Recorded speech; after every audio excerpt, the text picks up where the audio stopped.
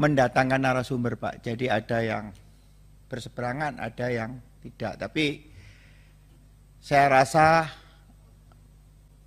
atas paparan Bapak ini kan memang bisnis Telkom dan Telkomsel ke depan ini harus mengikuti perkembangan zaman. Kalau tidak kan nanti bisa tergerus yang seperti dulu ada fleksi, ada apa, kalau tidak mengikuti perkembangan zaman kan bisa mati juga. Dulu telepon seluler pertama yang ada di Indonesia itu juga mati karena dia tidak mengikuti adanya perkembangan teknologi IT yang ada di dunia ini.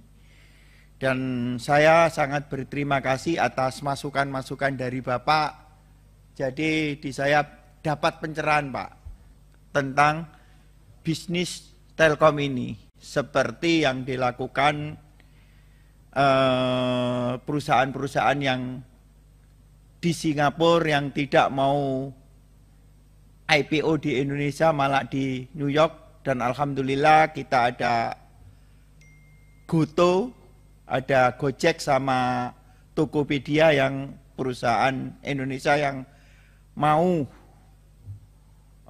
IPO yang ada di Indonesia. Mudah-mudahan atas paparan Bapak, karena kiblat dari bisnis ini ada di Indonesia. Kalau di Indonesia berhasil, di negara ASEAN pun akan berhasil.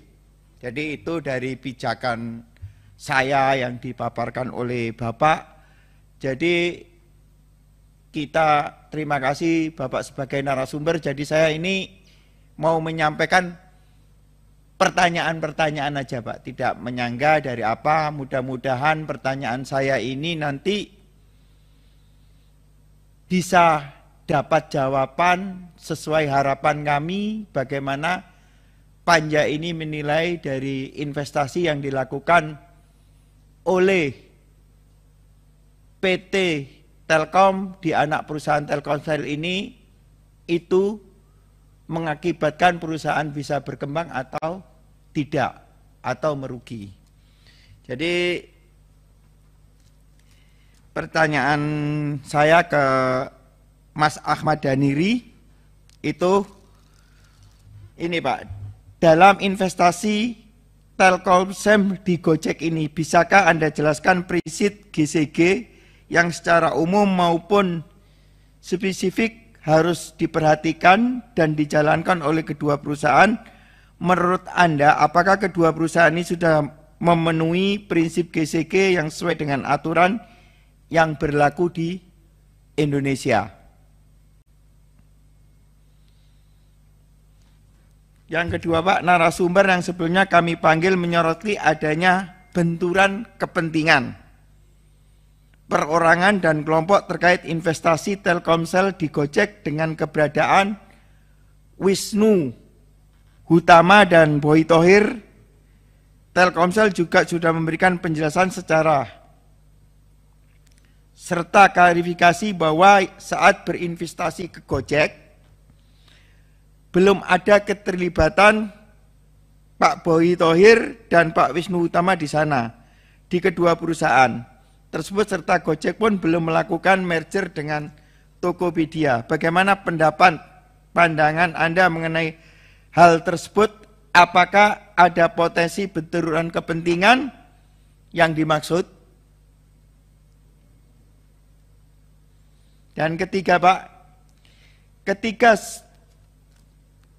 sebuah perusahaan anak usaha BUMN yang memiliki anggaran dasar yang mengatur ketentuan dan kewenangan yang berjenjang dengan memutuskan sebuah aksi korporasi, sehingga pada tahap tertentu pengambilan keputusan tidak perlu perlibatan Menteri BUMN. Dalam hal ini, hal persetujuan bagaimana menurut Anda terkait dengan pelaksanaan aturan penilaian bisnis yang telah disampaikan pada RDPU sebelumnya oleh Telkom dan Telkomsel?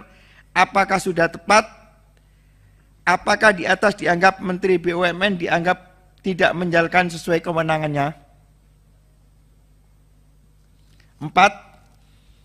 Telkomsel sebagai anak usaha Telkom yang merupakan BUMN, apakah aksi Telkomsel berinvestasi di Gojek ini juga sudah memenuhi prinsip GCG yang harus diterapkan oleh Telkom sebagai BUMN? Menurut Anda, apakah sesuai dengan aturan GCG yang mengikat Telkom sebagai BUMN?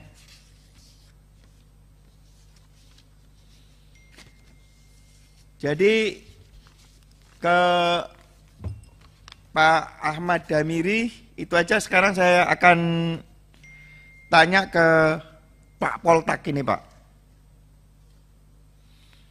Kita mengetahui startup di Indonesia mendapatkan investasi dari beberapa perusahaan atau anak perusahaan BUMN untuk investasi Telkomsel sebagai anak usaha Telkom yang BUMN. Apakah langkah tersebut di Gojek saat itu sudah tepat dan memiliki nilai strategis investment yang positif bagi kinerja saham Telkom saat ini?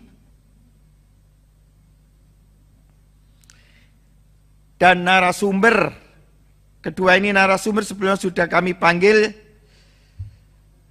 menyatakan tudingan mengenai adanya nilai 600 miliar dari 2,1 triliun investasi Telkomsel ke Gojek ini tidak dapat dijalankan peruntukannya. Sedangkan kami di DPR sendiri mendapatkan penjelasan bahwa sebenarnya Goto sudah memasukkan alokasi 2,1 tersebut di laporan. 2. Keuangan yang terbagi atas 614 miliar liabilitas variatif pada pencatatan laporan keuangan nomor 18 dan 1,499 miliar di pinjaman selain bank jangka panjang pada pencatatan laporan keuangan nomor 20B. Bagaimana Anda menilai pencatatan laporan keuangan 2021 yang telah dipublikasikan Goto? Apakah laporan tersebut sudah cukup menjelaskan secara keseluruhan kepada pasar atau investor?